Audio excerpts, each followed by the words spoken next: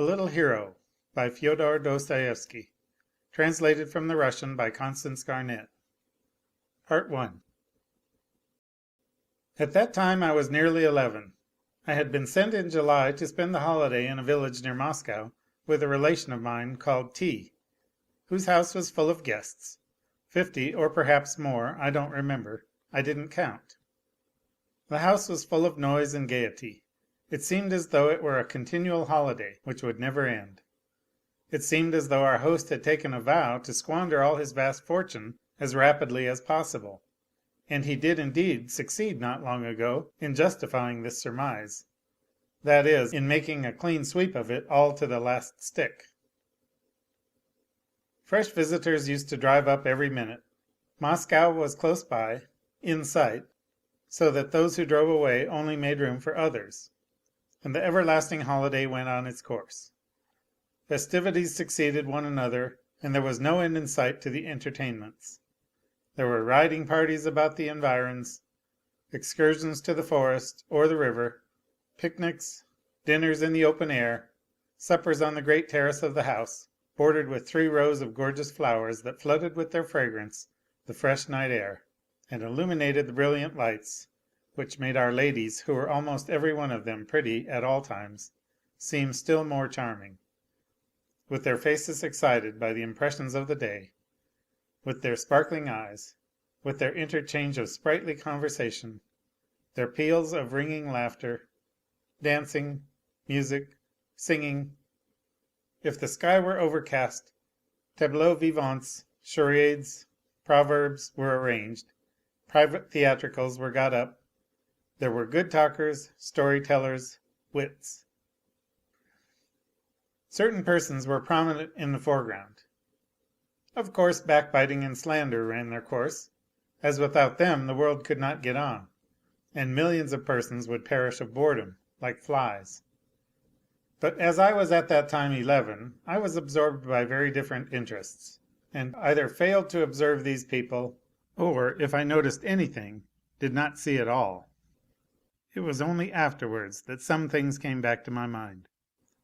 My childish eyes could only see the brilliant side of the picture, and the general animation, splendour, and bustle, all that seen and heard for the first time, made such an impression upon me that for the first few days I was completely bewildered and my little head was in a whirl. I keep speaking of my age, and of course I was a child, nothing more than a child. Many of these lovely ladies petted me without dreaming of considering my age. But strange to say, a sensation which I did not myself understand already had possession of me. Something was already whispering in my heart, of which till then it had had no knowledge, no conception, and for some reason it began all at once to burn and throb, and often my face glowed with a sudden flush. At times I felt as it were abashed and even resentful of the various privileges of my childish years. At other times a sort of wonder overwhelmed me, and I would go off into some corner where I could sit unseen, as though to take breath, and remember something, something which it seemed to me I had remembered perfectly till then, and now had suddenly forgotten, something without which I could not show myself anywhere, and could not exist at all. At last it seemed to me as though I were hiding something from everyone, but nothing would have induced me to speak of it to anyone, because, small boy that I was ready to weep with shame. Soon, in the midst of the vortex around me, I was conscious of a certain loneliness. There were other children, but all were either much older or younger than I. Besides, I was in no mood for them. Of course nothing would have happened to me if I had not been in an exceptional position. In the eyes of those charming ladies I was still the little unformed creature whom they at once liked to pet, and with whom they could play as though he were a little doll. One of them particularly, a fascinating fair woman with very thick luxuriant hair such as I had never seen before and probably shall never see again, seemed to have taken a vow never to leave me in peace. I was confused, while she was amused by the laughter which she continually provoked from all around us by her wild, giddy pranks with me, and this apparently gave her immense enjoyment. At school, among her schoolfellows, She was probably nicknamed the Tease. She was wonderfully good looking, and there was something in her beauty which drew one's eyes from the first moment. And certainly she had nothing in common with the ordinary modest little fair girls, white as down and soft as white mice or pastors' daughters.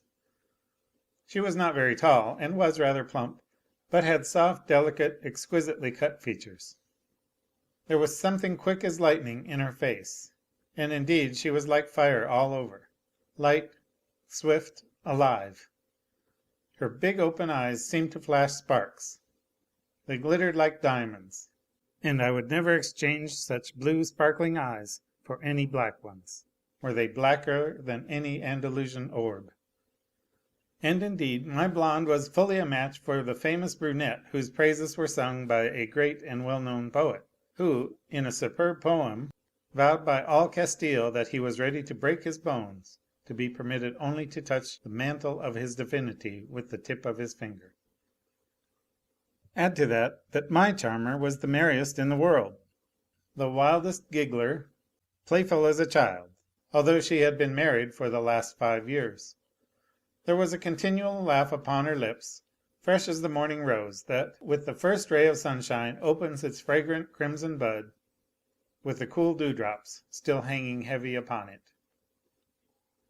I remember that the day after my arrival private theatricals were being got up. The drawing room was, as they say, packed to overflowing. There was not a seat empty, and as I was somehow late, I had to enjoy the performance standing. But the amusing play attracted me to move forwarder and forwarder, and unconsciously I made my way to the first row, where I stood at last, leaning my elbows on the back of an armchair in which a lady was sitting. It was my blonde divinity, but we had not yet made acquaintance, and I gazed, as it happened, at her marvellous fascinating shoulders, plump and white as milk, though it did not matter to me in the least whether I stared at a woman's exquisite shoulders or at the cap with flaming ribbons that covered the grey locks of a venerable lady in the front row. Near my blonde divinity sat a spinster lady not in her first youth, one of those who, as I chanced to observe later, always take refuge in the immediate neighbourhood of young and pretty women, selecting such as are not fond of cold-shouldering young men. But that is not the point. Only this lady noted my fixed gaze, bent down to her neighbour, and with a simper whispered something in her ear. The blonde lady turned at once, and I remember that her glowing eyes so flashed upon me in the half dark that, not prepared to meet them, I started as though I were scalded. The beauty smiled. "Do you like what they are acting?" she asked, looking into my face with a shy and mocking expression. "Yes," I answered, still gazing at her with a sort of wonder that evidently pleased her. "But why are you standing? You'll get tired. Can't you find a seat?" "That's just it, I can't," I answered, more occupied with my grievance than with the beauty's sparkling eyes, and rejoicing in earnest at having found a kind heart to whom I could confide my troubles. "I have looked everywhere, but all the chairs are taken," I added, as though complaining to her that all the chairs were taken. "Come here," she said briskly, quick to act on every decision, and indeed on every mad idea that flashed on her giddy brain. "Come here and sit on my knee." "On your knee?" I repeated, taken aback. I have mentioned already that I had begun to resent the privileges of childhood and to be ashamed of them in earnest. This lady, as though in derision, had gone ever so much further than the others. Moreover, I had always been a shy and bashful boy, and of late had begun to be particularly shy with women. "Why, yes, on my knee. Don't you want to sit on my knee?" she persisted, beginning to laugh more and more, so that at last she was simply giggling. Goodness knows at what, perhaps at her freak, or perhaps at my confusion, but that was just what she wanted. I flushed, and in my confusion looked round, trying to find where to escape. But seeing my intention, she managed to catch hold of my hand to prevent me from going away, and pulling it towards her, suddenly, quite unexpectedly, to my intense astonishment, squeezed it in her mischievous warm fingers, and began to pinch my fingers till they hurt so much that I had to do my very utmost not to cry out. and in my effort to control myself made the most absurd grimaces. I was besides moved to the greatest amazement, perplexity, and even horror at the discovery that there were ladies so absurd and spiteful as to talk nonsense to boys, and even pinch their fingers, for no earthly reason and before everybody.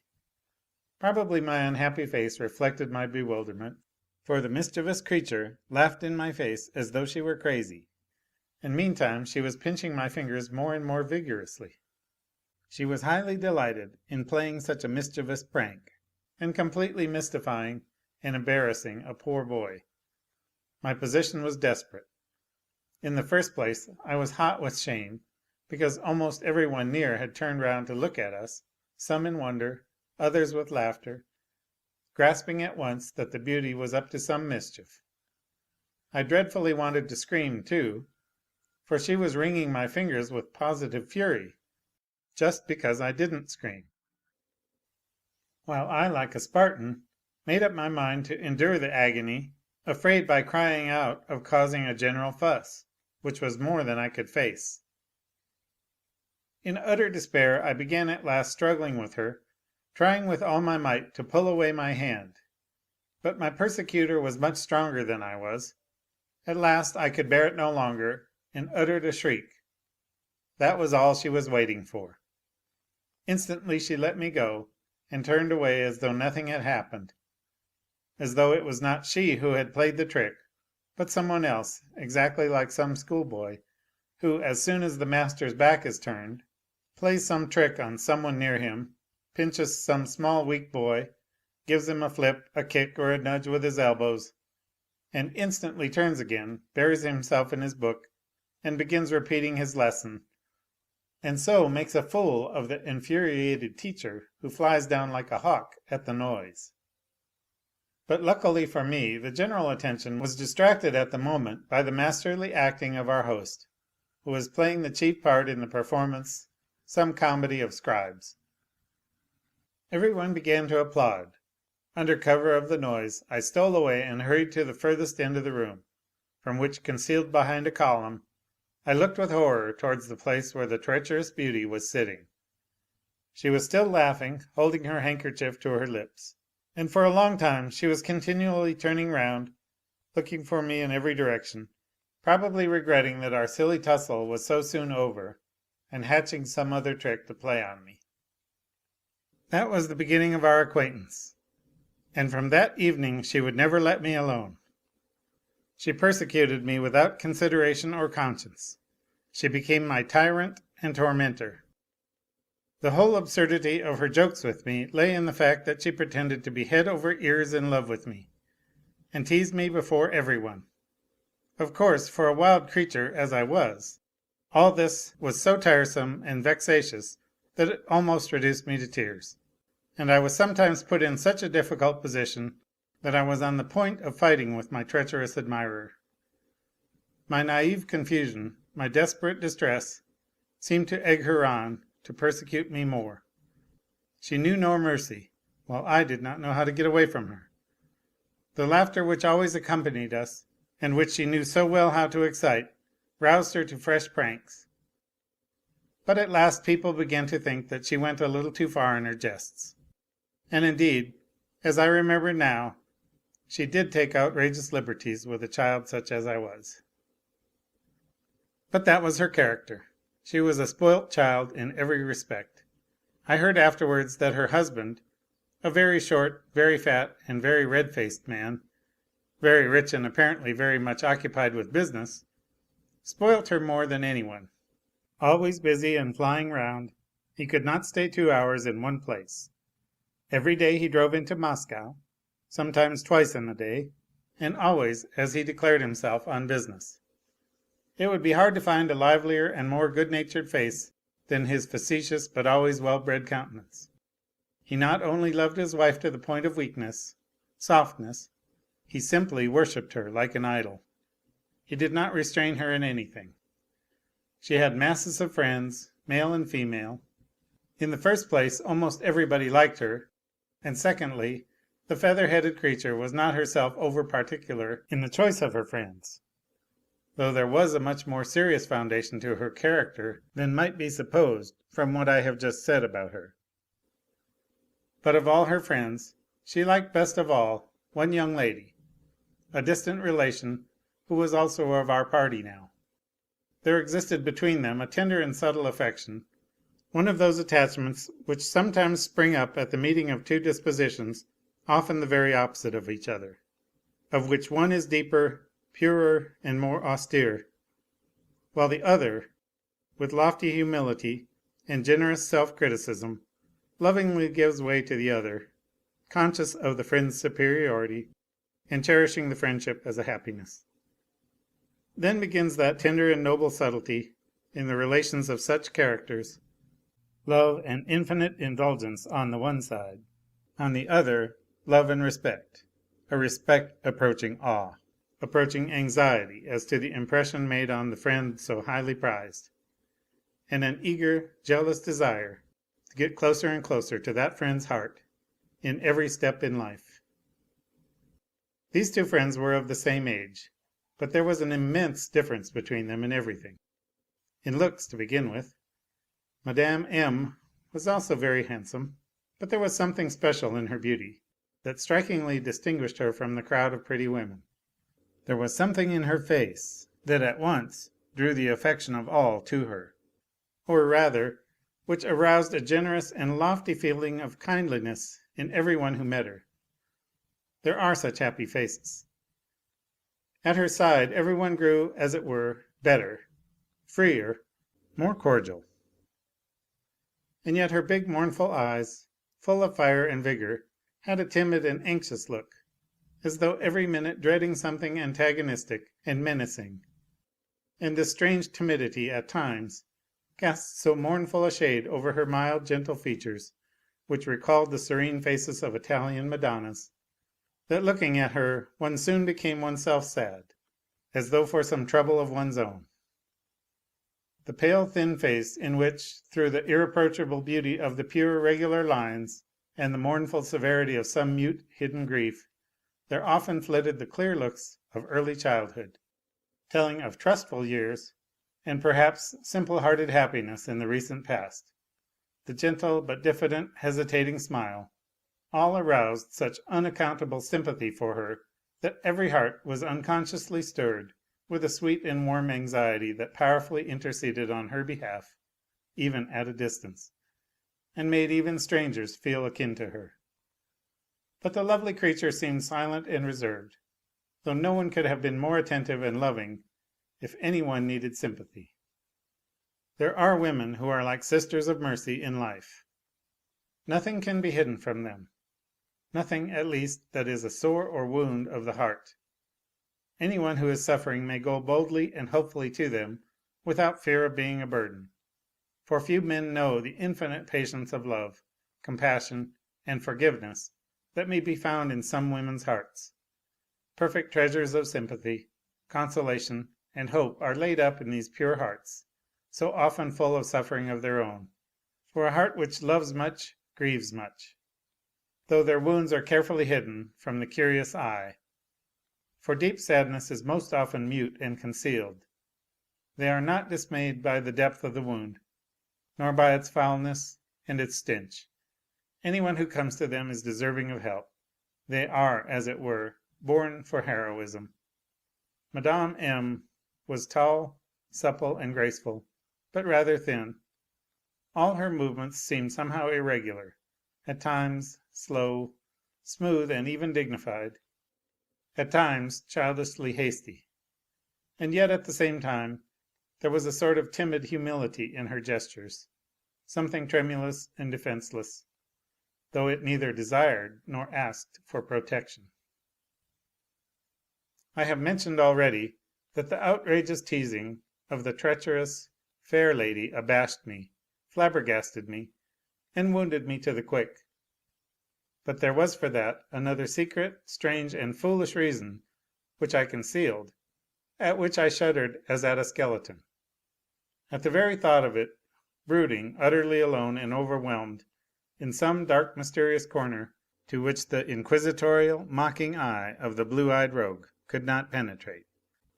I almost gasped with confusion, shame, and fear. In short, I was in love. That, perhaps, is nonsense. That could hardly have been. But why was it, of all the faces surrounding me, only her face caught my attention? Why was it that it was only she whom I cared to follow with my eyes, though I certainly had no inclination in those days to watch ladies and seek their acquaintance? This happened most frequently on the evenings when we were all kept indoors by bad weather, and when, lonely, hiding in some corner of the big drawing room, I stared about me aimlessly, unable to find anything to do, for except my teasing ladies, few people ever addressed me, and I was insufferably bored on such evenings. Then I stared at the people round me, listened to the conversation, of which I often did not understand one word, and at that time the mild eyes, the gentle smile and lovely face of Mme. M., for she was the object of my passion, for some reason caught my fascinated attention, and the strange, vague, but unutterably sweet impression remained with me. Often for hours together I could not tear myself away from her. I studied every gesture, every movement she made, listened to every vibration of her rich, silvery, but rather muffled voice. But strange to say, as the result of all my observations, I felt, mixed with a sweet and timid impression, a feeling of intense curiosity. It seemed as though I were on the verge of some mystery. Nothing distressed me so much as being mocked at in the presence of Mme. M. This mockery and humorous persecution, as I thought, humiliated me, and when there was a general burst of laughter at my expense, in which Mme. M. sometimes could not help joining, in despair, beside myself with misery, I used to tear myself from my tormentor and run away upstairs, where I remained in solitude the rest of the day, not daring to show my face in the drawing room. I did not yet, however, understand my shame nor my agitation. The whole process went on in me unconsciously. I had hardly said 2 words to Mme. M., and indeed I should not have dared to, but one evening, after an unbearable day, I turned back from an expedition with the rest of the company. I was horribly tired, and made my way home across the garden. On a seat in a secluded avenue I saw Mme. M. She was sitting quite alone, as though she had purposely chosen this solitary spot. Her head was drooping, and she was mechanically twisting her handkerchief. She was so lost in thought that she did not hear me till I reached her. Noticing me, she got up quickly from her seat, turned round, and I saw her hurriedly wipe her eyes with her handkerchief. She was crying. Drying her eyes, she smiled to me and walked back with me to the house. I don't remember what we talked about, but she frequently sent me off on one pretext or another to pick a flower or to see who was riding in the next avenue, and when I walked away from her, she at once put her handkerchief to her eyes again and wiped away rebellious tears, which would persist in rising again and again from her heart and dropping from her poor eyes. I realized that I was very much in her way when she sent me off so often, and indeed she saw herself that I noticed it all, but yet could not control herself, and that made my heart ache more and more for her. I raged at myself at that moment, and was almost in despair, cursed myself for my awkwardness and lack of resource, and at the same time did not know how to leave her tactfully without betraying that I had noticed her distress, but walked beside her in mournful bewilderment, almost in alarm, utterly at a loss, and unable to find a single word to keep up our scanty conversation. This meeting made such an impression on me that I stealthily watched Mme. M. the whole evening with eager curiosity, and never took my eyes off her. But it happened that she twice caught me unawares watching her, and on the second occasion, noticing me, she gave me a smile. It was the only time she smiled that evening. The look of sadness had not left her face, which was now very pale. She spent the whole evening talking to an ill-natured and quarrelsome old lady, whom nobody liked, owing to her spying and backbiting habits, but of whom every one was afraid, and consequently every one felt obliged to be polite to her. At 10 o'clock, Madame M.'s husband arrived. Till that moment I watched her very attentively, never taking my eyes off her mournful face. Now, at the unexpected entrance of her husband, I saw her start, and her pale face turned suddenly as white as a handkerchief. It was so noticeable that other people observed it. I overheard a fragmentary conversation, from which I guessed that Madame M. was not quite happy. They said her husband was as jealous as an Arab, not from love, but from vanity. He was before all things a European, a modern man, who sampled the newest ideas and prided himself upon them.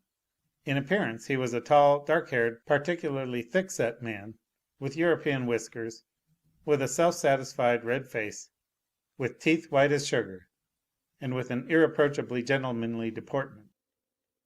He was called a clever man. Such is the name given in certain circles to a peculiar species of mankind which grows fat at other people's expense, which does absolutely nothing and has no desire to do anything, and whose heart has turned into a lump of fat from everlasting slothfulness and idleness.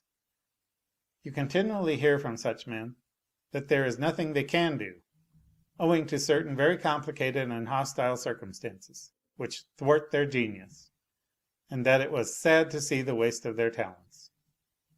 This is a fine phrase of theirs, their mot d'ordre, their watchword, a phrase which those well-fed, fat friends of ours bring out at every minute, so that it has long ago bored us as an arrant Tartuffism, an empty form of words. Some, however, of these amusing creatures, who cannot succeed in finding anything to do, though indeed they never seek it, try to make every one believe that they have not a lump of fat for a heart, but on the contrary something very deep, though what precisely the greatest surgeon would hardly venture to decide, from civility, of course. These gentlemen make their way in the world through the fact that all their instincts are bent in the direction of coarse sneering, short-sighted censure, and immense conceit. Since they have nothing else to do but note and emphasize the mistakes and weaknesses of others, and as they have precisely as much good feeling as an oyster, it is not difficult for them with such powers of self-preservation to get on with people fairly successfully. They pride themselves extremely upon that. They are, for instance, as good as persuaded that almost the whole world owes them something, that it is theirs, like an oyster which they keep in reserve, that all are fools except themselves, that every one is like an orange or a sponge which they will squeeze as soon as they want the juice, that they are the masters everywhere, and that all this acceptable state of affairs is solely due to the fact that they are people of so much intellect and character. In their measureless conceit, they do not admit any defects in themselves. They are like that species of practical rogues, innate Tartuffes and Falstaffs, who are such thorough rogues that at last they have come to believe that that is as it should be, that is, that they should spend their lives in knavishness. They have so often assured every one that they are honest men, that they have come to believe that they are honest men, and that their roguery is honesty. They are never capable of inner judgment before their conscience, of generous self-criticism. For some things they are too fat. Their own priceless personality, their Baal and Moloch, their magnificent ego, is always in the foreground everywhere. All nature, the whole world for them is no more than a splendid mirror, created for the little god to admire himself continually in it, and to see no one and nothing behind himself. So it is not strange that he sees everything in the world in such a hideous light. He has a phrase in readiness for everything, and, the acme of ingenuity on his part, the most fashionable phrase. It is just these people, indeed, who help to make the fashion, proclaiming at every crossroad an idea in which they scent success. A fine nose is just what they have for sniffing a fashionable phrase and making it their own before other people get hold of it, so that it seems to have originated with them. They have a particular store of phrases for proclaiming their profound sympathy for humanity, for defining what is the most correct and rational form of philanthropy, and continually attacking romanticism. In other words, everything fine and true, each atom of which is more precious than all their mollusk tribe. But they are too coarse to recognize the truth in an indirect, roundabout, and unfinished form, and they reject everything that is immature, still fermenting, and unstable. The well-nourished man has spent all his life in merry-making, with everything provided, has done nothing himself, and does not know how hard every sort of work is, and so woe betide you if you jar upon his fat feelings by any sort of roughness. He'll never forgive you for that. He will always remember it and will gladly avenge it. The long and short of it is, that my hero is neither more nor less than a gigantic, incredibly swollen bag, full of sentences, fashionable phrases, and labels of all sorts and kinds. M. M., however, had a specialty, and was a very remarkable man. He was a wit, good talker and story-teller, and there was always a circle round him in every drawing-room. That evening he was particularly successful in making an impression. He took possession of the conversation. He was in his best form, gay, pleased at something, and he compelled the attention of all. But Mme. M. looked all the time as though she were ill. Her face was so sad that I fancied every minute the tears would begin quivering on her long eyelashes. All this, as I have said, impressed me extremely and made me wonder. I went away with a feeling of strange curiosity, and dreamed all night of M. M., though till then I had rarely had dreams. End of Part 1. Part 2. Next day, early in the morning, I was summoned to a rehearsal of some tableau vivant in which I had to take part. The tableau vivant, theatricals, and afterwards a dance were all fixed for the same evening, 5 days later, the birthday of our host's younger daughter. To this entertainment, which was almost improvised, another 100 guests were invited from Moscow and from surrounding villas, so that there was a great deal of fuss, bustle, and commotion.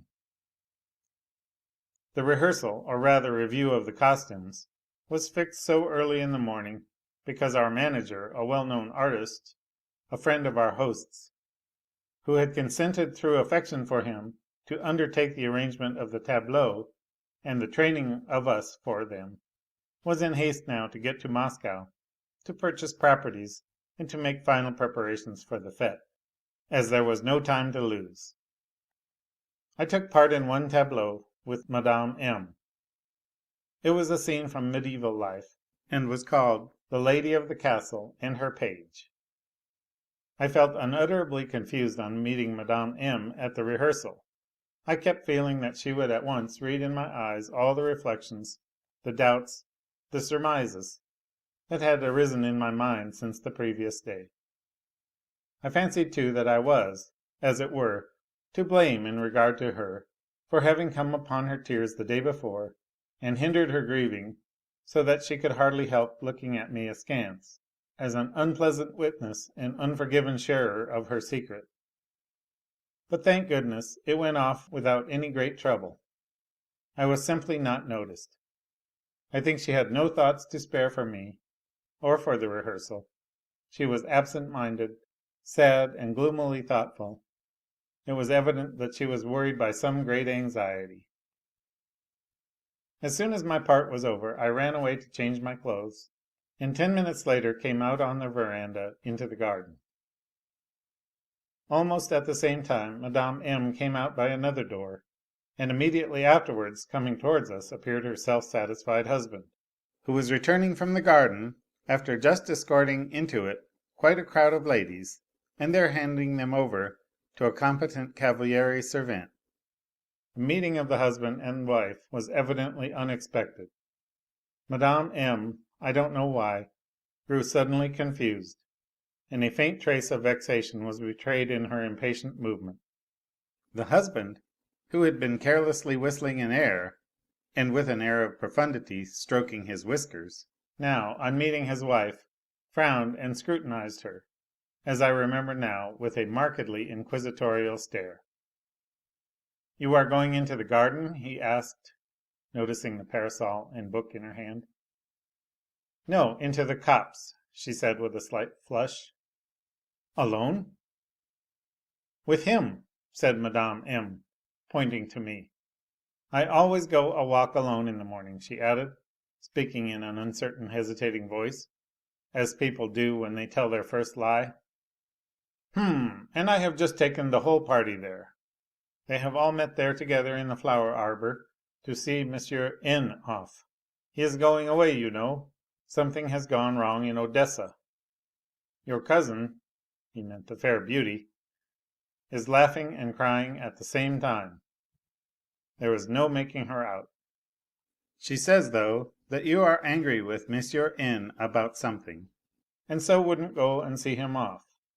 Nonsense, of course." "She's laughing?" said Mme. M., coming down the veranda steps. "So this is your daily cavaliere servente," added M. M., with a wry smile, turning his lorgnette upon me. "Page!" I cried, angered by the lorgnette and the jeer, and laughing straight in his face, I jumped down the 3 steps of the veranda at one bound.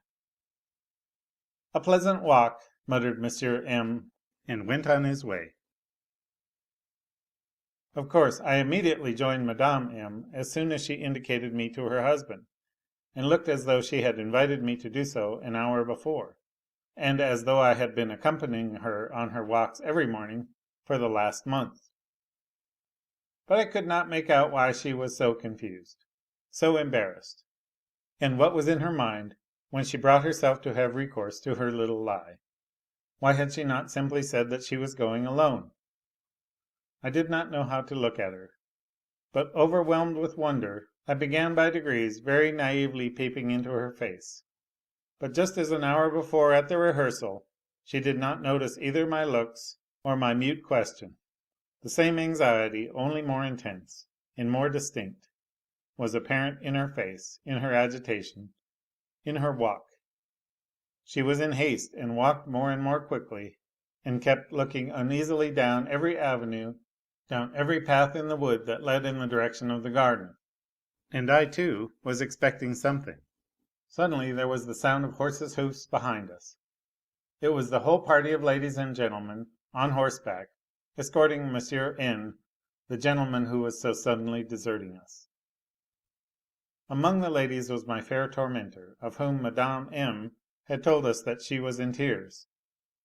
But characteristically she was laughing like a child, and was galloping briskly on a splendid bay horse. On reaching us, M. N.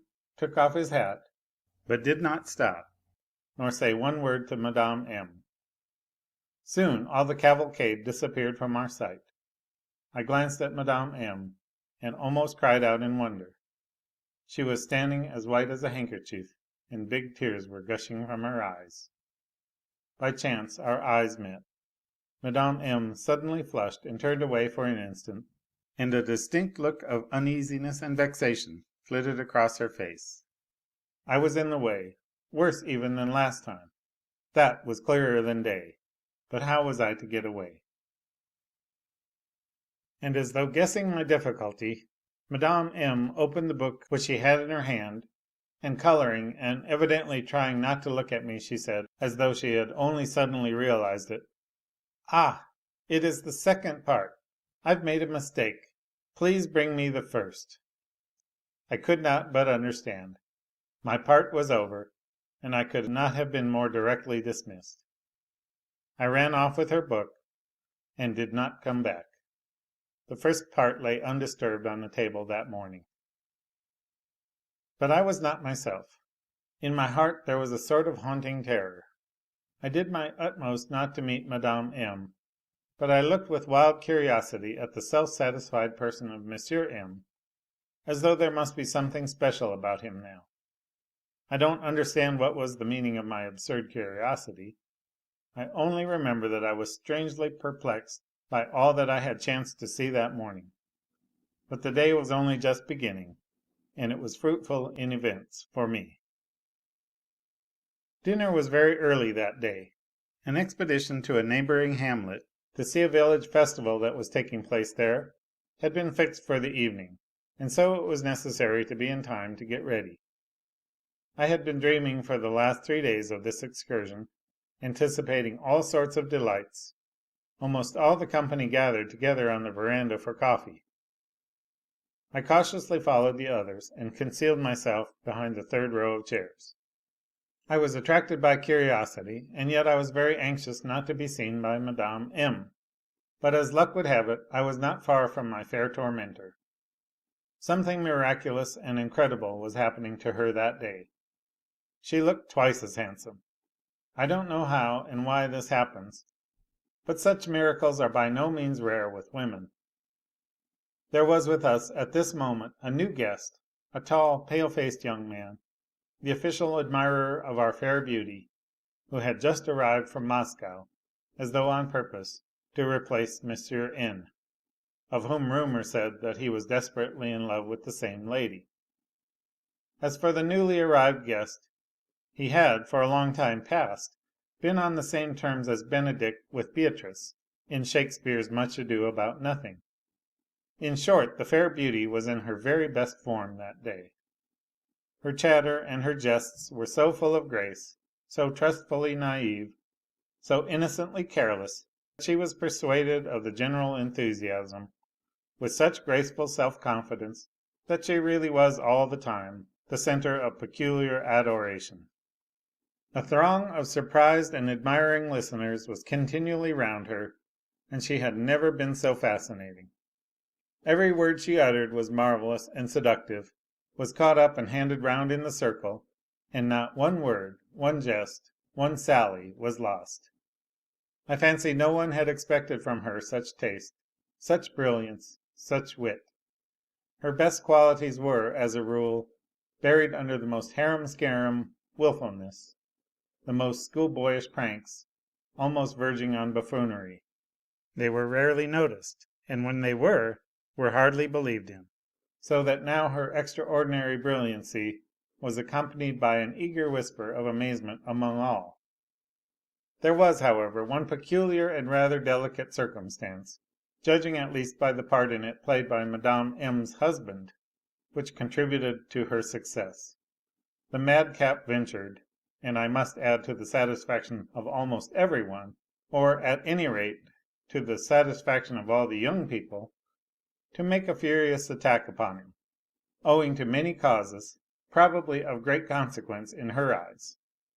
She carried on with him a regular crossfire of witticisms, of mocking and sarcastic sallies of that most elusive and treacherous kind that, smoothly wrapped up on the surface, hit the mark without giving the victim anything to lay hold of, and exhaust him in fruitless efforts to repel the attack, reducing him to fury and comic despair.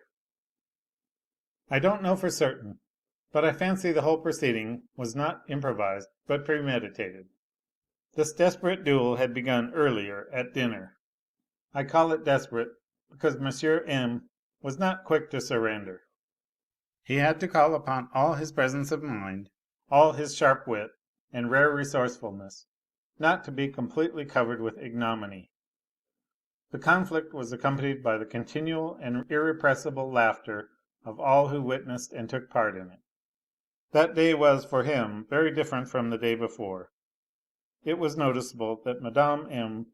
several times did her utmost to stop her indiscreet friend, who was certainly trying to depict the jealous husband in the most grotesque and absurd guise, in the guise of a Bluebeard, it must be supposed, judging from all probabilities, from what has remained in my memory, and finally from the part which I myself was destined to play in the affair.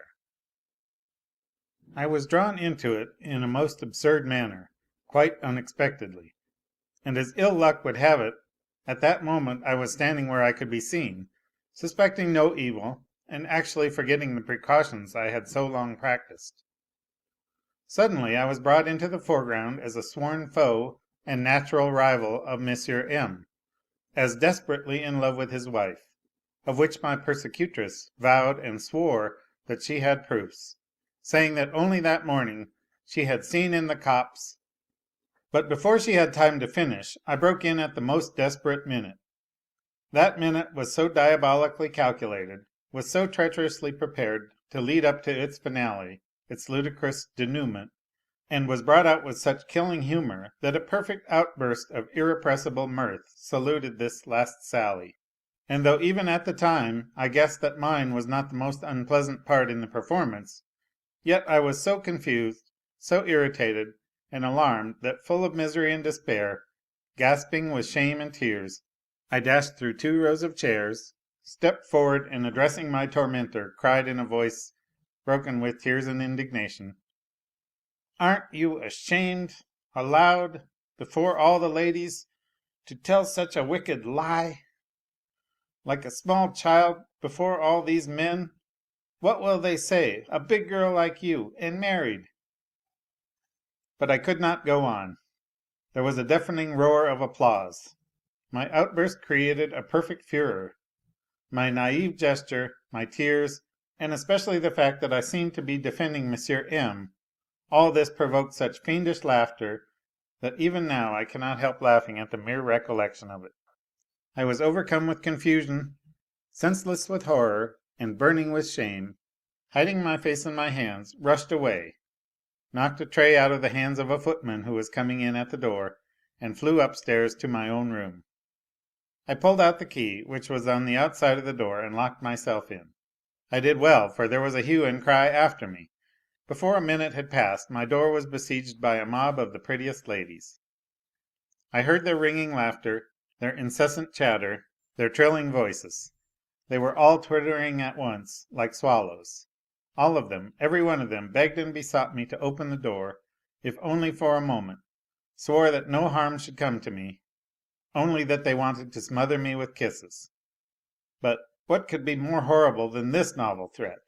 I simply burned with shame the other side of the door, hiding my face in the pillows, and did not open, did not even respond. The ladies kept up their knocking for a long time, but I was deaf and obdurate, as only a boy of 11 could be. But what could I do now? Everything was laid bare, everything had been exposed, everything I had so jealously guarded and concealed. Everlasting disgrace and shame had fallen on me. But it is true that I could not myself have said why I was frightened, and what I wanted to hide. Yet I was frightened of something, and had trembled like a leaf at the thought of that something's being discovered. Only till that minute I had not known what it was, whether it was good or bad, splendid or shameful, praiseworthy or reprehensible. Now in my distress, in the misery that had been forced upon me, I learned that it was absurd and shameful. Instinctively I felt at the same time that this verdict was false, inhuman and coarse. But I was crushed, annihilated. Consciousness seemed checked in me and thrown into confusion. I could not stand up against that verdict, nor criticize it properly. I was befogged. I only felt that my heart had been inhumanly and shamelessly wounded, and was brimming over with impotent tears. I was irritated, but I was boiling with indignation and hate such as I had never felt before, for it was the first time in my life that I had known real sorrow, insult and injury. And it was truly that, without any exaggeration. The first untried, unformed feeling had been so coarsely handled in me, a child.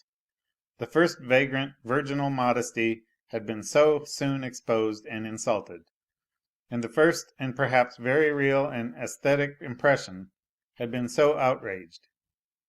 Of course there was much my persecutors did not know, and did not divine in my sufferings. One circumstance, which I had not succeeded in analysing till then, of which I had been, as it were, afraid, partly entered into it. I went on lying on my bed in despair and misery, hiding my face in my pillow, and I was alternately feverish and shivery. I was tormented by 2 questions. First, what had the wretched fair beauty seen, and in fact, what could she have seen that morning in the copse between Mme. M. and me? And secondly, how could I now look Mme. M. in the face without dying on the spot of shame and despair? An extraordinary noise in the yard roused me at last from the state of semi consciousness into which I had fallen.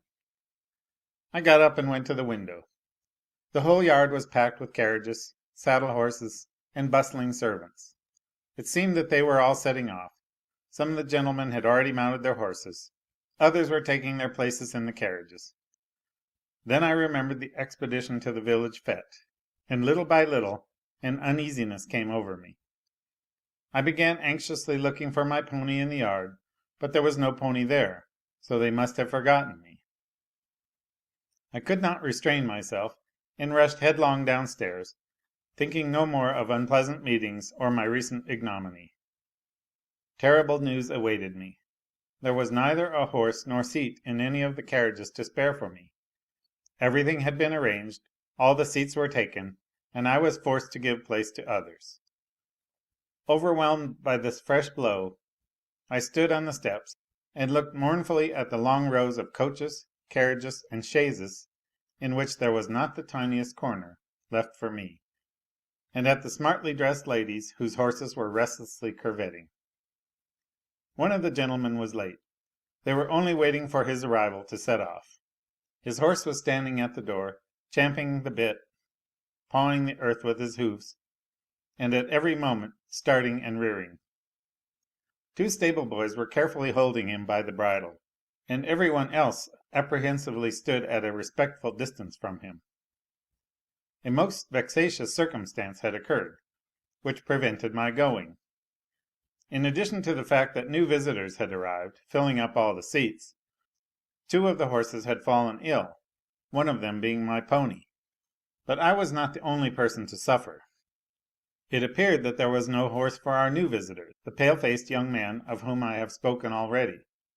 To get over this difficulty our host had been obliged to have recourse to the extreme step of offering his fiery, unbroken stallion, adding, to satisfy his conscience, that it was impossible to ride him, and that they had long intended to sell the beast for its vicious character, if only a purchaser could be found.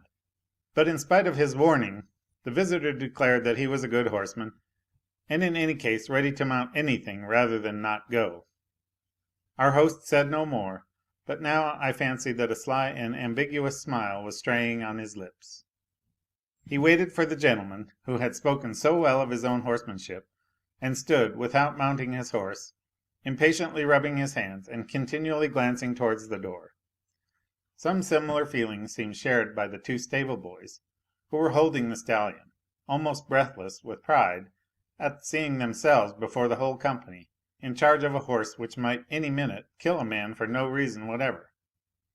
Something akin to their master's sly smile gleamed, too, in their eyes, which were round with expectation, and fixed upon the door from which the bold visitor was to appear.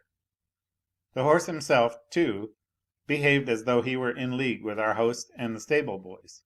He bore himself proudly and haughtily, as though he felt that he were being watched by several dozen curious eyes, and were glorying in his evil reputation exactly as some incorrigible rogue might glory in his criminal exploits.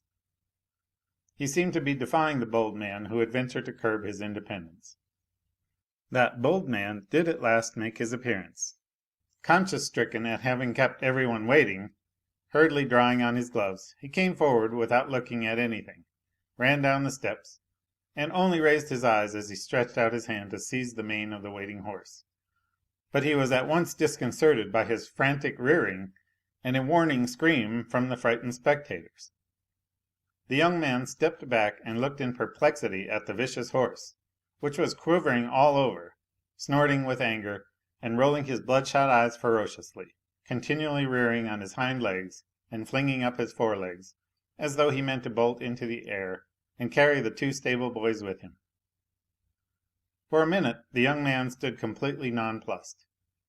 Then, flushing slightly with some embarrassment, he raised his eyes and looked at the frightened ladies. "A very fine horse," he said, as though to himself, "and to my thinking it ought to be a great pleasure to ride him, but do you know, I think I won't go," he concluded, turning to our host, with a broad good-natured smile, which so suited his kind and clever face. Yet I consider you are an excellent horseman, I assure you," answered the owner of the unapproachable horse, delighted. And he warmly and even gratefully pressed the young man's hand. "Just because from the first moment you saw the sort of brute you had to deal with," he added with dignity.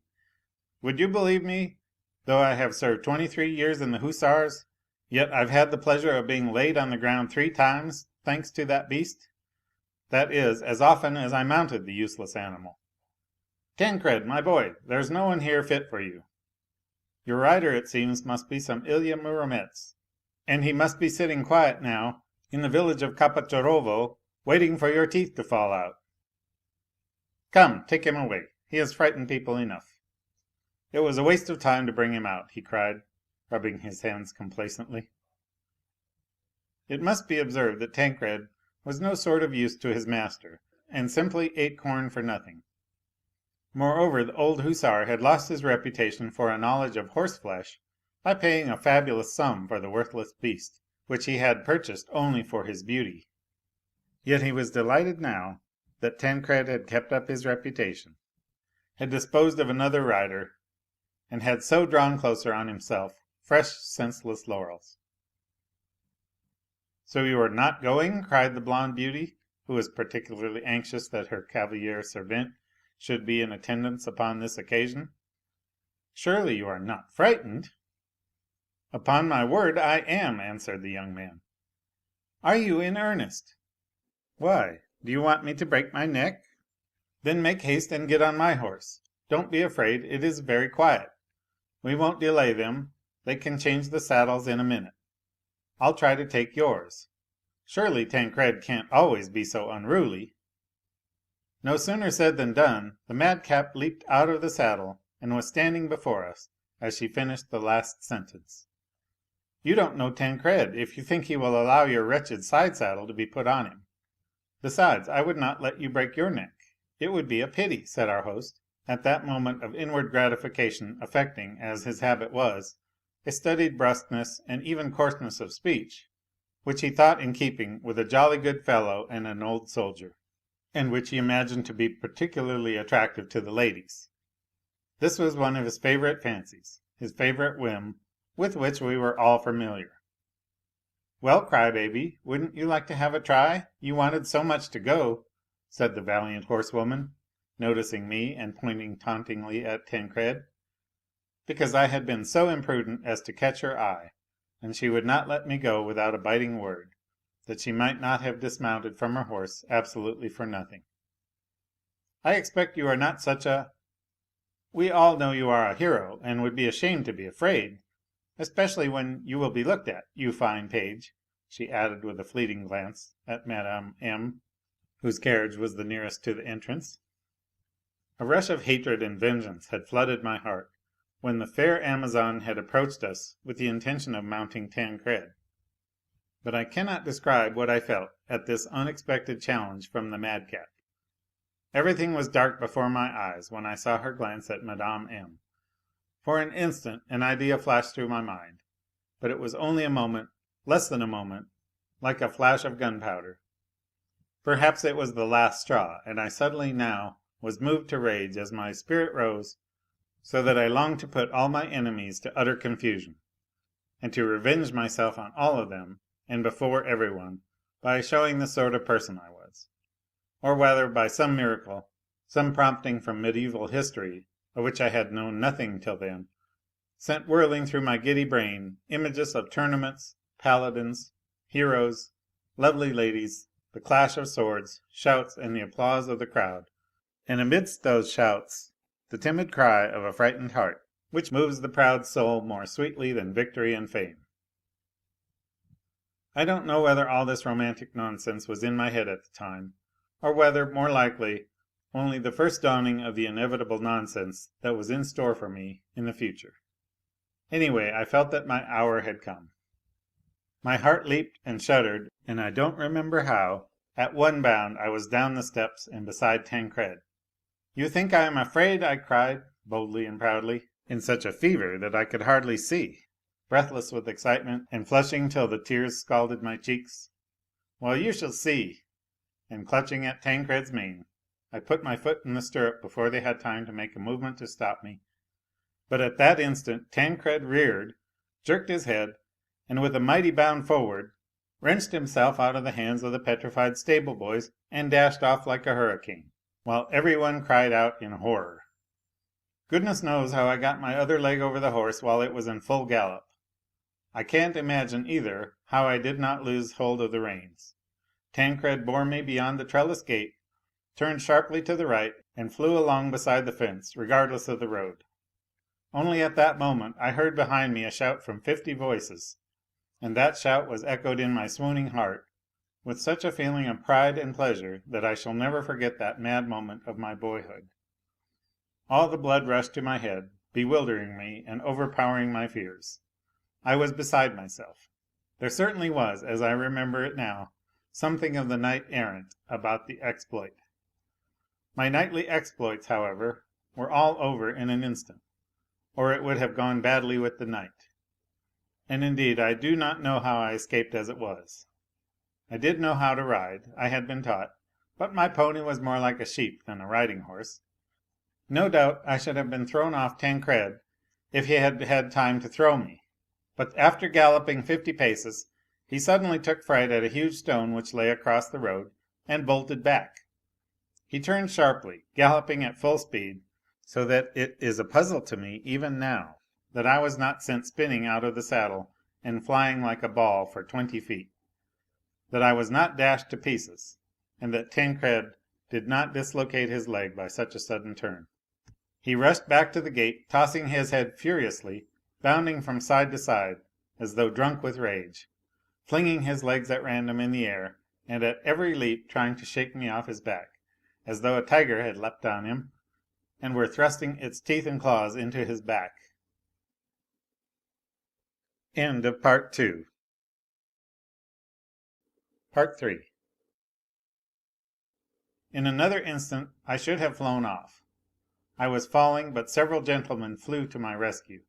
2 of them intercepted the way into the open country. 2 others galloped up, closing in upon Tancred, so that their horses' sides almost crushed my legs, and both of them caught him by the bridle. A few seconds later we were back at the steps. They lifted me down from the horse, pale and scarcely breathing. I was shaking like a blade of grass in the wind. It was the same with Tancred, who was standing, his hoofs as it were thrust into the earth and his whole body thrown back, puffing his fiery breath from red and streaming nostrils, twitching and quivering all over, seeming overwhelmed with wounded pride and anger at a child's being so bold with impunity. All around me I heard cries of bewilderment, surprise and alarm. At that moment my straying eyes caught those of Mme. M., who looked pale and agitated, and I can never forget that moment. In one instant my face was flooded with color, glowed and burned like fire. I don't know what happened to me, but confused and frightened by my own feelings, I timidly dropped my eyes to the ground. But my glance was noticed. It was caught. It was stolen from me. All eyes turned on Mme. M., and finding herself unawares the center of attention, she too flushed like a child from some naive and involuntary feeling, and made an unsuccessful effort to cover her confusion by laughing. All this, of course, was very absurd looking from outside, but at the moment an extremely naive and unexpected circumstance saved me from being laughed at by everyone and gave a special color to the whole adventure. The lovely persecutor, who was the instigator of the whole escapade, and who till then had been my irreconcilable foe, suddenly rushed up to embrace and kiss me. She had hardly been able to believe her eyes when she saw me dare to accept her challenge, and pick up the gauntlet she had flung at me by glancing at Mme. M. She had almost died of terror and self-reproach when I had flown off on Tancred. Now, when it was all over, and particularly when she caught the glance at Mme. M., my confusion and my sudden flush of color, when the romantic strain in her frivolous little head had given a new secret, unspoken significance to the moment, she was moved to such enthusiasm over my knightliness that, touched, joyful, and proud of me, she rushed up and pressed me to her bosom.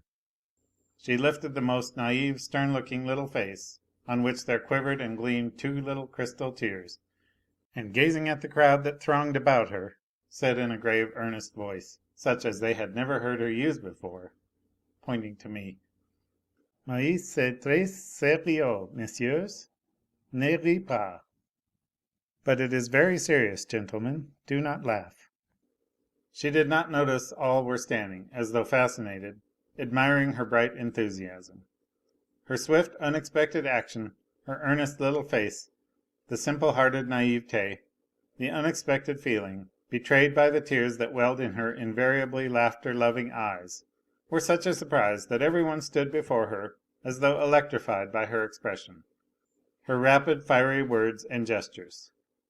It seemed as though no one could take his eyes off her for fear of missing that rare moment in her enthusiastic face. Even our host flushed crimson as a tulip, and people declared that they heard him confess afterwards that, to his shame, he had been in love for a whole minute with his charming guest. Well, of course, after this, I was a knight, a hero. "De Lorge! Toggenburg!" was heard in the crowd. There was a sound of applause. "Hurrah for the rising generation!" added the host. "But he is coming with us. He certainly must come with us," said the beauty. "We will find him a place. We must find him a place. He shall sit beside me, on my knee. But no, no, that's a mistake," she corrected herself, laughing, unable to restrain her mirth at our first encounter. But as she laughed she stroked my hand tenderly, doing all she could to soften me, that I might not be offended. Of course," several voices chimed in. "He must go. He has won his place." The matter was settled in a trice. The same old maid who had brought about my acquaintance with the blonde beauty was at once besieged with entreaties from all the younger people to remain at home and let me have her seat. She was forced to consent, to her intense vexation, with a smile and a stealthy hiss of anger. Her protectress, who was her usual refuge, my former foe and new friend, called to her as she galloped off on her spirited horse, laughing like a child, that she envied her and would have been glad to stay at home herself, for it was just going to rain and we should all get soaked. And she was right in predicting rain.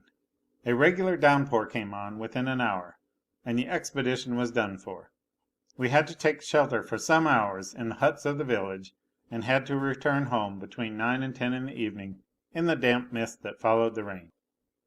I began to be a little feverish. At the minute when I was starting, Mme. M. came up to me and expressed surprise that my neck was uncovered, and that I had nothing on over my jacket. I answered that I had not had time to get my coat. She took out a pin and pinned up the turned down collar of my shirt, took off her own neck a crimson gauze kerchief, and put it round my neck, that I might not get a sore throat. She did this so hurriedly that I had not time even to thank her. But when we got home I found her in the little drawing room with the blonde beauty and the pale faced young man who had gained glory for horsemanship that day by refusing to ride Tancred. I went up to thank her and give her back the scarf. But now, after all my adventures, I felt somehow ashamed. I wanted to make haste and get upstairs, there at my leisure to reflect and consider. I was brimming over with impressions. As I gave back the kerchief I blushed up to my ears as usual. "I bet he would like to keep the kerchief," said the young man, laughing. "One can see that he is sorry to part with your scarf." That's it, the fair lady put in. "What a boy! Oh!" she said, shaking her head with obvious vexation. But she stopped in time at a grave glance from Mme. M., who did not want to carry the jest too far. I made haste to get away. "Well, you are a boy," said the madcap, overtaking me in the next room, and affectionately taking me by both hands. "Why, you should have simply not returned the kerchief if you wanted so much to have it. You should have said you put it down somewhere, and that would have been the end of it. What a simpleton! Couldn't even do that. What a funny boy!" And she tapped me on the chin with her finger, laughing at my having flushed as red as a poppy. "I am your friend now, you know, am I not? Our enmity is over, isn't it? Yes or no?" I laughed and pressed her fingers without a word. "Oh, why are you so Why are you so pale and shivering? Have you caught a chill?" "Yes, I don't feel well." "Ah, poor fellow, that's the result of over excitement. Do you know what? You had better go to bed without sitting up for supper, and you will be all right in the morning. Come along." She took me upstairs, and there was no end to the care she lavished on me. Leaving me to undress, she ran downstairs, got me some tea, and brought it up herself when I was in bed. She brought me up a warm quilt as well. I was much impressed and touched by all the care and attention lavished on me. Or perhaps I was affected by the whole day, the expedition, and feverishness. As I said good night to her, I hugged her warmly, as though she were my dearest and nearest friend. And in my exhausted state all the emotions of the day came back to me in a rush. I almost shed tears as I nestled to her bosom. She noticed my overwrought condition, and I believe my madcap herself was a little touched. "You are a very good boy," she said, looking at me with gentle eyes. "Please don't be angry with me. You won't, will you?" In fact, we became the warmest and truest of friends. It was rather early when I woke up, but the sun was already flooding the whole room with brilliant light. I jumped out of bed feeling perfectly well and strong, as though I had had no fever the day before. Indeed, I felt now unutterably joyful.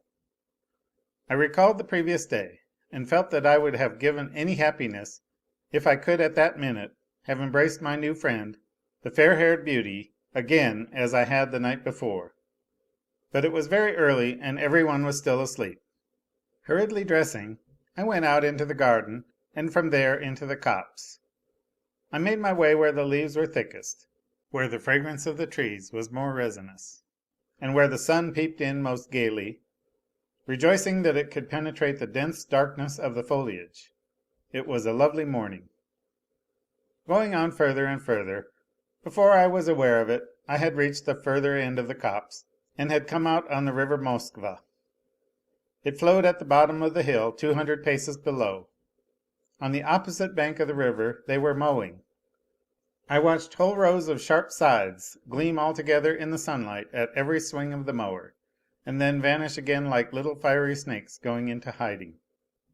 I watched the cut grass flying on one side in dense rich swaths, and being laid in long straight lines.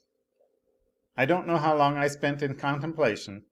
At last I was roused from my reverie by hearing a horse snorting and impatiently pawing the ground 20 paces from me, in the track which ran from the high road to the manor house. I don't know whether I heard this horse as soon as the rider rode up and stopped there, or whether the sound had long been in my ears without rousing me from my dreaming.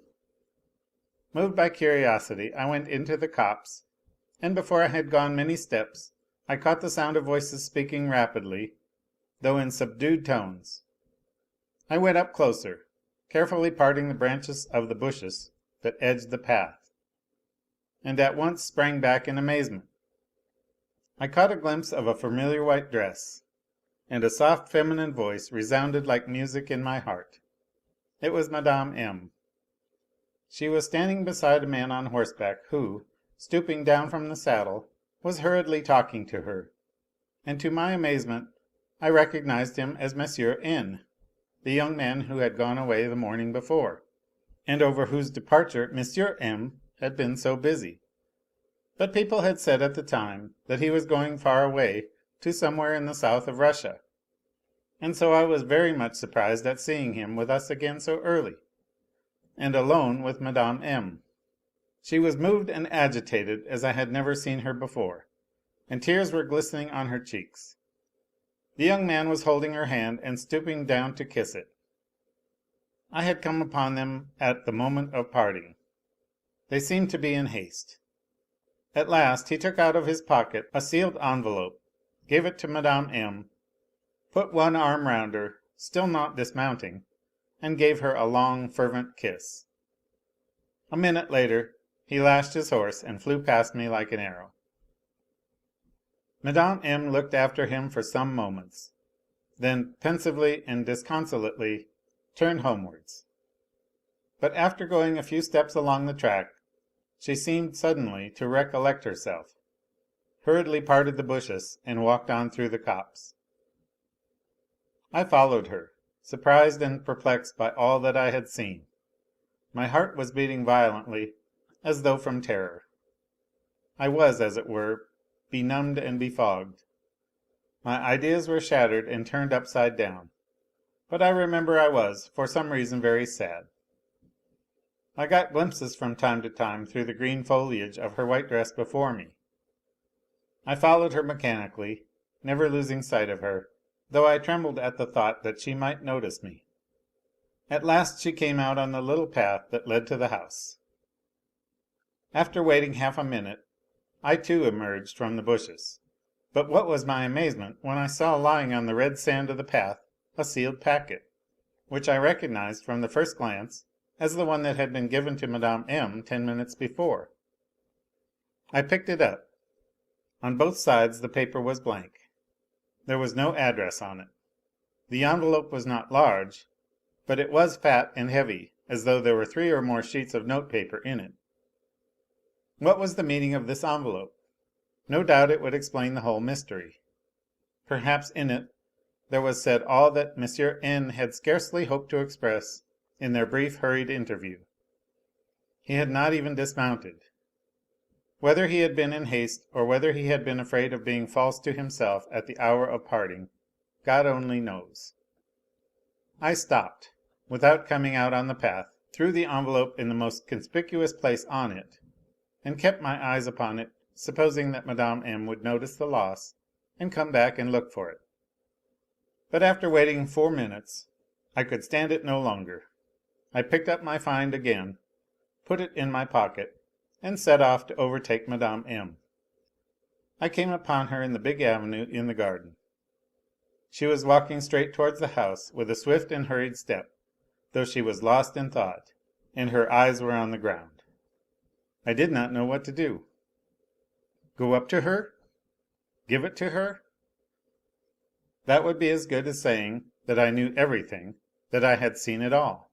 I should betray myself at the first word. And how should I look at her? How would she look at me? I kept expecting that she would discover her loss and return on her tracks. Then I could, unnoticed, have flung the envelope into the path, and she would have found it. But no, we were approaching the house. She had already been noticed. As ill luck would have it, everyone had got up very early that day, because, after the unsuccessful expedition of the evening before, they had arranged something new, of which I had heard nothing. All were preparing to set off, and were having breakfast in the verandah. I waited for 10 minutes, that I might not be seen with Mme. M., and making a circuit of the garden, approached the house from the other side a long time after her. She was walking up and down the verandah with her arms folded, looking pale and agitated, and was obviously trying her utmost to suppress the agonizing, despairing misery which could be plainly discerned in her eyes, her walk, her every movement. Sometimes she went down the verandah steps and walked a few paces among the flower beds in the direction of the garden. Her eyes were impatiently, greedily, even incautiously, seeking something on the sand of the path and on the floor of the verandah. There could be no doubt she had discovered her loss, and imagined she had dropped the letter somewhere here, near the house. Yes, that must be so, she was convinced of it. Someone noticed that she was pale and agitated, and others made the same remark. She was besieged with questions about her health and condolences. She had to laugh, to jest, to appear lively. From time to time she looked at her husband, who was standing at the end of the terrace, talking to 2 ladies, and the poor woman was overcome by the same shudder, the same embarrassment, as on the day of his first arrival. Thrusting my hand into my pocket, and holding the letter tight in it, I stood at a little distance from them all, praying to fate that Mme. M. should notice me. I longed to cheer her up, to relieve her anxiety, if only by a glance, to say a word to her on the sly. But when she did chance to look at me, I dropped my eyes. I saw her distress, and I was not mistaken. To this day I don't know her secret. I know nothing but what I saw, and what I have just described. The intrigue was not such, perhaps, as one might suppose at the first glance. Perhaps that kiss was the kiss of farewell, perhaps it was the last slight reward for the sacrifice made to her peace and honour. M. N. was going away. He was leaving her, perhaps for ever. Even that letter I was holding in my hand, who can tell what it contained? How can one judge? And who can condemn? And yet there is no doubt that the sudden discovery of her secret would have been terrible, would have been a fatal blow for her. I still remember her face at that minute. It could not have shown more suffering. To feel, to know, to be convinced, to expect, as though it were one's execution, that in a quarter of an hour, in a minute perhaps, all might be discovered, the letter might be found by someone, picked up, there was no address on it, it might be opened, and then... What then? What torture could be worse than what was awaiting her? She moved about among those who would be her judges. In another minute their smiling, flattering faces would be menacing and merciless. She would read mockery, malice, and icy contempt on those faces, and then her life would be plunged into everlasting darkness, with no dawn to follow. Yes, I did not understand it then as I understand it now. I could only have vague suspicions and misgivings, and a heartache at the thought of her danger, which I could not fully understand. But whatever lay hidden in her secret, much was expiated, if expiation were needed, by those moments of anguish of which I was witness, and which I shall never forget. But then came a cheerful summons to set off. Immediately every one was bustling about gaily. Laughter and lively chatter were heard on all sides.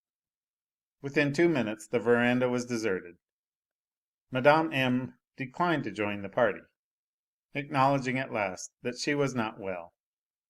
But thank God all the others set off. Every one was in haste, and there was no time to worry her with commiseration, inquiries, and advice.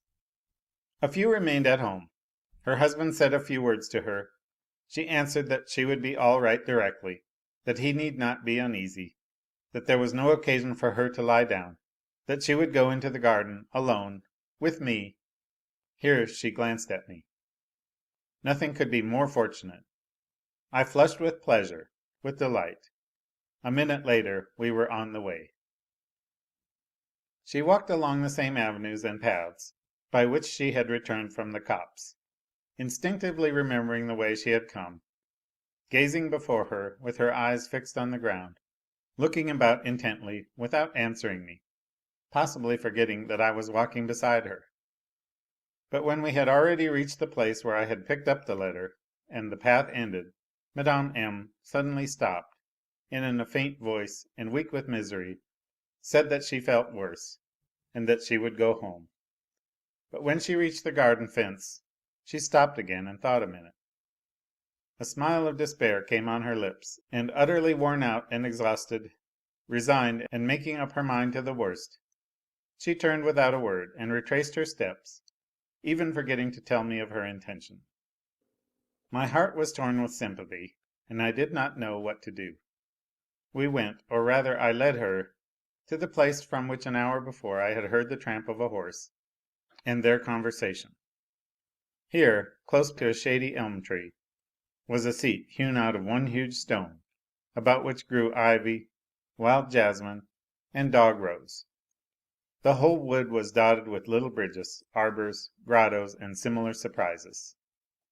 Mme. M. sat down on the bench, and glanced unconsciously at the marvellous view that lay open before us. A minute later she opened her book, and fixed her eyes upon it without reading, without turning the pages, almost unconscious of what she was doing. It was about 9:30. The sun was already high, and was floating gloriously in the deep, dark blue sky, as though melting away in its own light. The mowers were by now far away. They were scarcely visible from our side of the river. Endless ridges of mown grass crept after them in unbroken succession, and from time to time the faintly stirring breeze wafted their fragrance to us.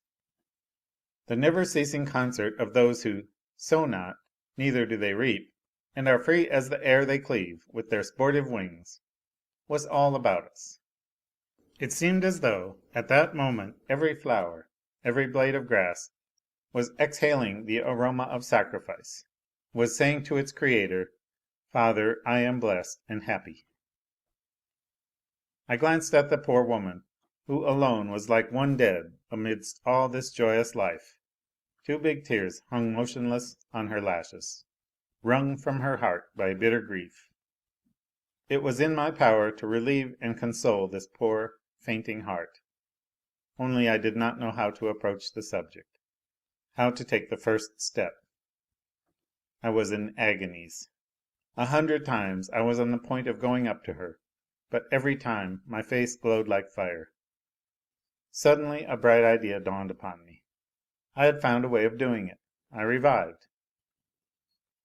"Would you like me to pick you a nosegay?" I said in such a joyful voice that Mme. M. immediately raised her head and looked at me intently. "Yes, do," she said at last in a weak voice, with a faint smile, at once dropping her eyes on the book again. "Or soon they will be mowing the grass here, and there will be no flowers," I cried, eagerly setting to work. I had soon picked my nosegay, a poor simple one. I should have been ashamed to take it indoors, but how light my heart was as I picked the flowers and tied them up. The dog rose and the wild jasmine I picked closer to the seat. I knew that not far off there was a field of rye, not yet ripe. I ran there for cornflowers. I mixed them with tall ears of rye, picking out the finest and most golden. Close by I came upon a perfect nest of forget-me-nots, and my nosegay was almost complete. Farther away in the meadow there were dark blue campanulas and wild pinks, and I ran down to the very edge of the river to get yellow water lilies. At last, making my way back, and going for an instant into the wood to get some bright green fan-shaped leaves of the maple to put round the nosegay, I happened to come across a whole family of pansies, close to which, luckily for me, the fragrant scent of violets betrayed the little flower hiding in the thick lush grass, and still glistening with the drops of dew. The nosegay was complete. I bound it round with fine long grass which twisted into a rope, and I carefully lay the letter in the centre, hiding it with the flowers, but in such a way that it could be very easily noticed if the slightest attention were bestowed upon my nosegay. I carried it to Mme. M. On the way it seemed to me that the letter was lying too much in view. I hid it a little more. As I got nearer I thrust it still further in the flowers, and finally, when I was on the spot, I suddenly poked it so deeply into the centre of the nosegay that it could not be noticed at all from outside. My cheeks were positively flaming. I wanted to hide my face in my hands and run away at once. But she glanced at my flowers as though she had completely forgotten that I had gathered them. Mechanically, almost without looking, she held out her hand and took my present, but at once laid it on the seat, as though I had handed it to her for that purpose, and dropped her eyes to her book again, seeming lost in thought. I was ready to cry at this mischance. If only my nosegay were close to her, I thought. If only she had not forgotten it. I lay down on the grass not far off, put my right arm under my head and closed my eyes as though I were overcome by drowsiness. But I waited, keeping my eyes fixed on her. 10 minutes passed. It seemed to me that she was getting paler and paler. Fortunately a blessed chance came to my aid. This was a big golden bee, brought by a kindly breeze, luckily for me. It first buzzed over my head, then flew up to Mme. M. She waved it off once or twice, but the bee grew more and more persistent. At last Mme. M. snatched up my nosegay and waved it before my face. At that instant the letter dropped out from among the flowers and fell straight upon the open book. I started. For some time Mme. M., mute with amazement, stared first at the letter and then at the flowers which she was holding in her hands, and she seemed unable to believe her eyes. All at once she flushed, started, and glanced at me. But I caught her movement, and I shut my eyes tight, pretending to be asleep. Nothing would have induced me to look her straight in the face at that moment. My heart was throbbing and leaping like a bird in the grasp of some village boy. I don't remember how long I lay with my eyes shut, 2 or 3 minutes. At last I ventured to open them. Mme. M. was greedily reading the letter, and from her glowing cheeks, her sparkling, tearful eyes, her bright face, every feature of which was quivering with joyful emotion, I guessed that there was happiness in the letter, and all her misery was dispersed like smoke. An agonizing, sweet feeling gnawed at my heart. It was hard for me to go on pretending. I shall never forget that minute. Suddenly, a long way off, we heard voices. "Mme. M. Natalie! Natalie!" Mme. M. did not answer, but she got up quickly from the seat, came up to me and bent over me. I felt that she was looking straight into my face. My eyelashes quivered, but I controlled myself and did not open my eyes. I tried to breathe more evenly and quietly, but my heart smothered me with its violent throbbing.